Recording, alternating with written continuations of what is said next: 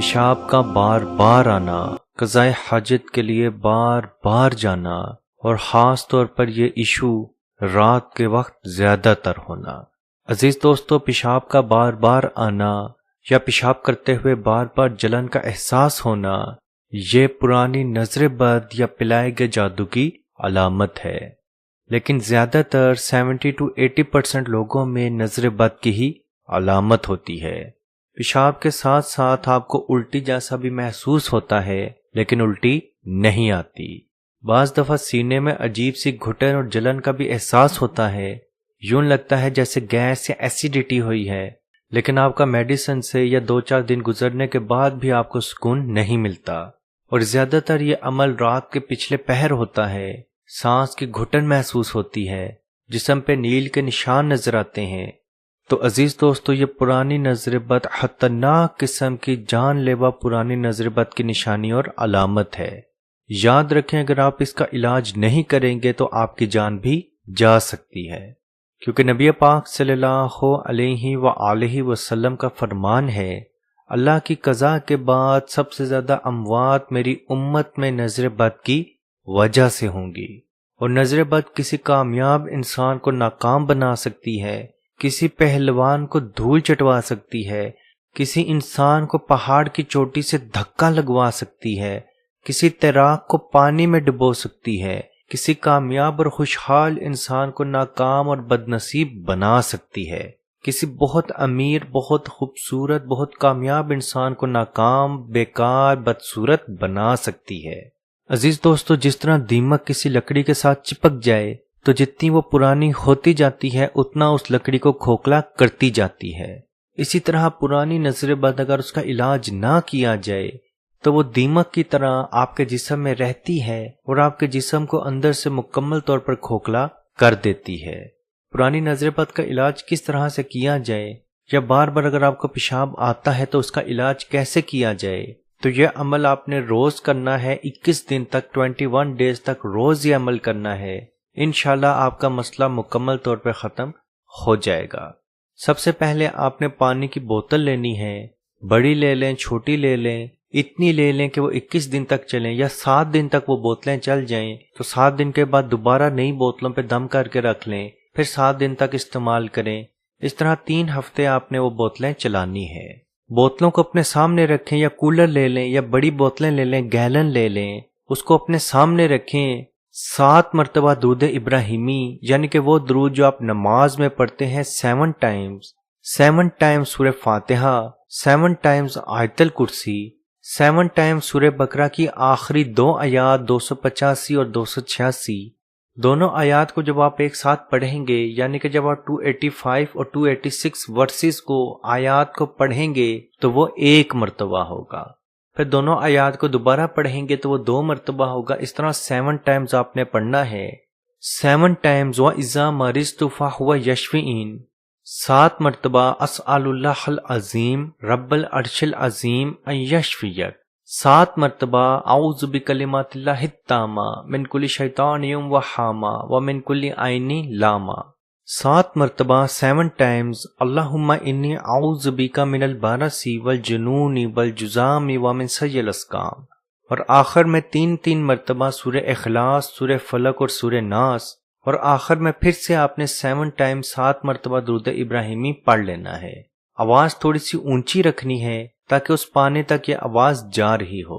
اس کے بعد آپ نے اس پانی کا استعمال دن میں 3 سے 4 مرتبہ ضرور کرنا ہے۔ انشاءاللہ آپ کا مسئلہ مکمل طور پہ ختم ہو جائے گا۔ اور یاد رکھیں، جب بھی آپ پیشاب کے لیے جائیں تو اچھے طریقے سے ہاتھ کی مدد سے اس پیشاب کو مکمل طور پہ صاف کیا کریں تاکہ پیشاب والی نالی کے اندر کوئی بھی پیشاب نہ رہے۔ یہ عمل آپ 21 ڈیز ضرور کریں۔ انشاءاللہ عزیز دوستو، آپ کا مسئلہ مکمل طور پہ آپ کا مسئلہ ختم ضرور ہوگا۔ عزیز دوستو، اس ویڈیو کو اپنے ارد گرد ضرور شیئر کریں، اپنے دوستوں احباب کے ساتھ ضرور شیئر کریں، کیونکہ یہ مسئلہ آپ کی وجہ سے جس کا یہ مسئلہ دور ہوگا، آپ کو مکمل طور پہ اس کا ثواب بھی ضرور ملے گا۔ اللہ پاک سے دعا ہے کہ ہمارے صغیرہ کبیرہ چھپے کھلے جتنے گناہ ہیں مکمل طور پہ معاف فرمائے، اور تمام مسلمان جو حضرت آدم علیہ السلام سے لے کے قیامت تک اس دنیا میں آ چکے ہیں، آنے والے ہیں، آئیں گے یا موجود ہیں، تمام مسلمانوں کو قبر کے جہنم کے عذاب سے بچائے، جنت الفردوس میں اعلیٰ مقام عطا فرمائے، آب کوثر آپ صلی اللہ علیہ وآلہ وسلم کے ہاتھوں سے پینا نصیب فرمائے، غزہ، فلسطین، شام کے مسلمانوں پہ خصوصی رحم عطا فرمائے، ان کو اپنے امن و ایمان میں، ان کو اپنی حفاظت میں اللہ پاک رکھے، امن و ایمان میں رکھے، تمام لوگوں کے درجات کو بلند سے بلند تر کرے، تمام مسلمانوں کو امن و ایمان میں رکھے، ملک پاکستان، کشمیر، دنیا میں جہاں بھی مسلمان موجود ہیں یا موجود ہوں گے، سب کی اللہ پاک غیب سے حفاظت فرمائے، جو لوگ بیمار ہیں اللہ پاک شفا نصیب فرمائے، جو کمزور ہے اللہ پاک انہیں ہمت عطا فرمائے، جو جادو، جنات، نظر بد کے وار میں موجود ہیں اللہ پاک ان کو شفا نصیب فرمائے، جو قرض کے بوجھ تلے مبتلا ہیں اللہ پاک غیب سے ان کی مدد فرمائے، جو ازواجی زندگی کے منتظر ہیں اللہ پاک بہترین خوبصورت ازواجی زندگی عطا فرمائے، جو اولاد کے خواہش مند ہیں اللہ پاک انہیں اولاد کی نعمت عطا فرمائے، جو ازواجی زندگی میں کسی لڑائی جھگڑے میں مبتلا ہیں اللہ پاک ان میں پیار و محبت عطا فرمائے، اور جو لوگ اپنا نام لکھ کے کمنٹ میں دعا کے لیے کہتے ہیں اے اللہ ان کی تمام جائز دعاؤں کو قبول فرما لے، اور اے اللہ تمام مسلمانوں کو آزادی کے ایمان میں رکھ، اور کشمیر کے خصوصی طور پہ کشمیر، فلسطین، شام، غزہ کے مسلمانوں کو آزادی کی نعمت عطا فرما، آمین۔ اللہ حافظ۔ مت پوچھئے کہ کیا ہے سرکار کی گلی میں، مت پوچھئے کہ کیا ہے۔ اعوذ باللہ من الشیطان الرجیم، بسم اللہ الرحمن الرحیم، للہ ما فی السماوات وما فی الارض وَإِن تُبْدُوا مَا فِي أَنفُسِكُمْ أَوْ تُخْفُوهُ يُحَاسِبْكُم بِهِ اللَّهُ فَيَغْفِرُ لِمَن يَشَاءُ وَيُعَذِّبُ مَن يَشَاءُ وَاللَّهُ عَلَى كُلِّ شَيْءٍ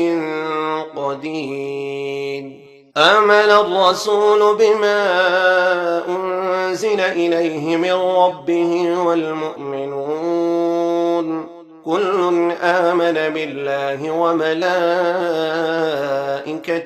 وكتبه ورسله لا نفرق بين أحد من رسله وقالوا سمعنا وأطعنا غفرانك ربنا وإليك المصير۔ لا يكلف الله نفسا إلا وسعها، لها ما كسبت وعليها ما اكتسبت، ربنا لا تؤاخذنا إن نسينا أو أخطأنا، ربنا ولا تحمل علينا إصرا كما حملته على الذين من قبلنا، ربنا ولا تحملنا ما لا طاقة لنا به، واعف عنا واغفر لنا وارحمنا أنت مولانا فانصرنا على القوم الكافرين۔